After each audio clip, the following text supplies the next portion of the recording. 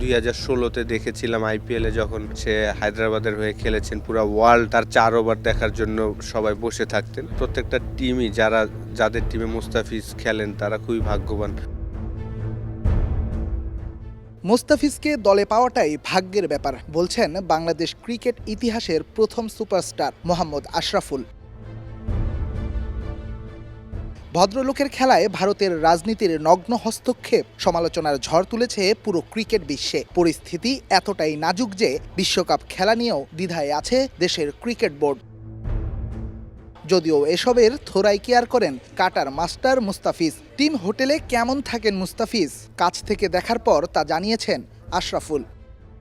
আপনার দলে আসলে মুস্তাফিজকে কেমন দেখছেন?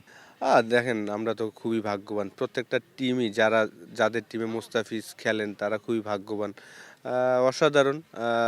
আমরা 2016-তে দেখেছিলাম আইপিএলে যখন সে হায়দ্রাবাদের হয়ে খেলেছেন, পুরো ওয়ার্ল্ড তার 4 ওভার দেখার জন্য সবাই বসে থাকতেন।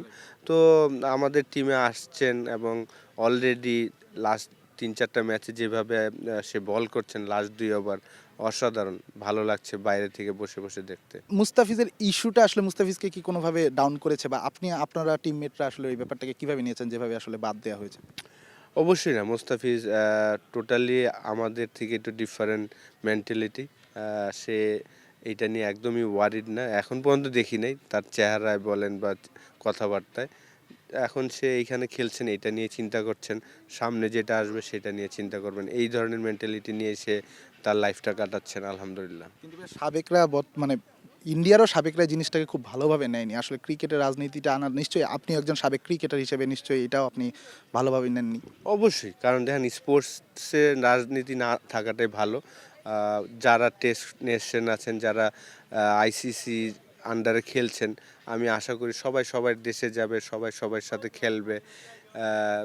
তাহলে আসল ইজি লাইফ আমি মনে করি। আপনি যদি রাজনীতি নিয়ে আসেন তখন কিন্তু খেলাধুলাতে আসলে যেই মজাটা ওই মজাটা থাকে না। কিন্তু ভাই আইসিসি ইভেন্টের আগে বেশ কিছু আলোচনা তৈরি হয়েছে যে আসলে ইন্ডিয়া যাবে কিনা কিংবা কোথায় খেলাটা হবে। এটা কি আসলে অ্যাজ এ টিম হিসেবে কি কোনো ইফেক্ট পড়বে কি মনে হয় মেন্টালি?